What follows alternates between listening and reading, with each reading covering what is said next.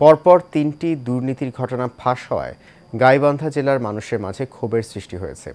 দুর্নীতি দমন কমিশনের তদারকি না থাকার কারণে জেলার সেবাদানকারী প্রতিষ্ঠানগুলো দুর্নীতির অভয়াশ্রমে পরিণত হয়েছে বলে অভিযোগ স্থানীয়দের।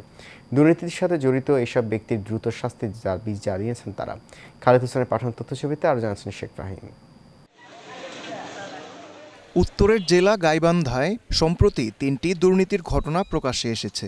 প্রথমে গাইবান্ধা জেনারেল হাসপাতালের SSR সামগ্রী ক্রয়ের কার্যাদেশের বিনিময়ে চেকের মাধ্যমে ঘুষ নেয়ার ঘটনা ফাঁস হয়। এরপর পৌরসভার উপসহকারী প্রকৌশলী শফিউল ইসলামের ঘুষের টাকা নেয়ার দর কষাকষির অডিও রেকর্ড ভাইরাল হয়। আর তার কিছুদিন পর গাইবান্ধার LGDর নির্বাহী প্রকৌশলীর গাড়ি থেকে ৩৭ লাখ টাকা জব্দ করে আইনশৃঙ্খলা বাহিনী। এসব ঘটনায় জেলার সাধারণ মানুষের মাঝে তীব্র প্রতিক্রিয়া সৃষ্টি হয়েছে।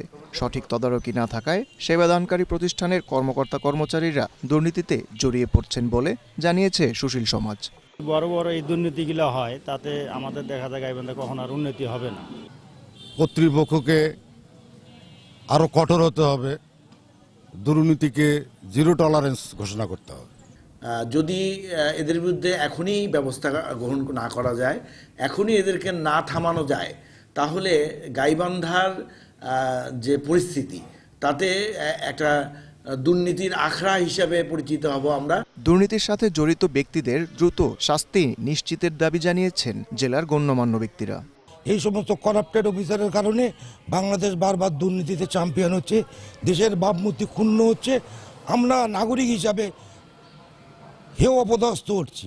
আমরা আসলে দাবি করব যে সুষ্ঠু তদন্ত সাপেক্ষে খুব দ্রুত এই 3টি ঘটনারই একটা দৃষ্টান্তমূলক বিচার আমরা প্রত্যাশা করি।